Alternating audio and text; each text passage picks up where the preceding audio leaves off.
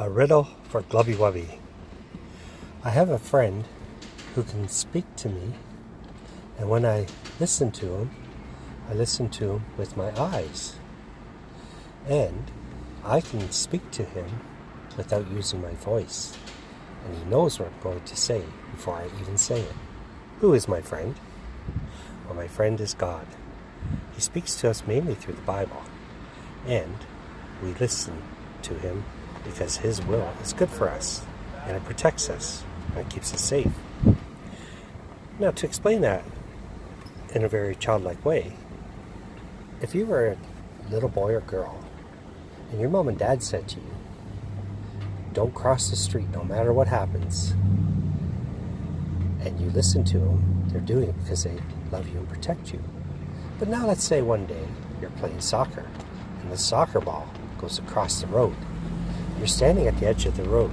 Do you actually say to yourself, I'm going to listen to my mom and dad? Or do you say, I'm just going to quickly get the soccer ball? The best thing to do is to listen. And that's what God does for us. He gives us his word and the way we should live. And we need to listen to him because he wants to love and protect us. But it's not quite that simple. There's times when we don't really listen to him. I want to give you an example. I was trying to make this Glubby Wubby story about listening and making decisions. And Pastor Mike sent me an email asking me to do this with the Bible passages, and he gave me that on Monday night. But here it was Tuesday. I thought, okay, I got to do this. I know inside I have to listen to my conscience to get this done. But I listened to the TV. There was a hockey game on, and I decided to watch the hockey game. Before you knew it, it was Wednesday. Wednesday came along, and I thought, okay, I have to make my Glubby Wubby story before Sunday. But what happened was, I ended up getting a phone call from my brother, who invited us over for a barbecue. So I went and had a barbecue. I knew, okay, tomorrow's Thursday. Tomorrow I'm going to work on my Glubby Wubby story. But I made another decision because I ended up turning on the TV and I wanted to watch the second hockey game. I knew I shouldn't do it, but I did. And before you know it, it was Friday.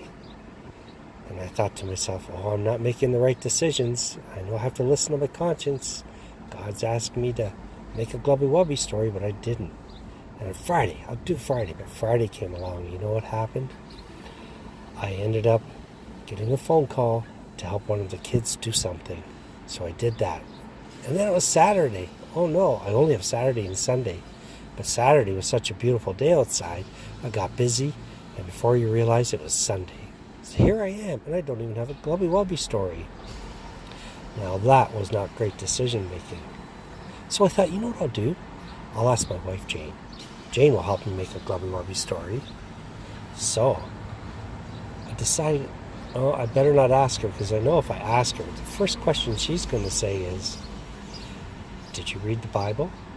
Did you ask God to help you? And did you pray about it? And I'd have to say no. And she'd say, well, then neither can I help you, which would be quite wise, because when we make decisions, we have to do it with God and not on our own. So I thought, oh, you know what?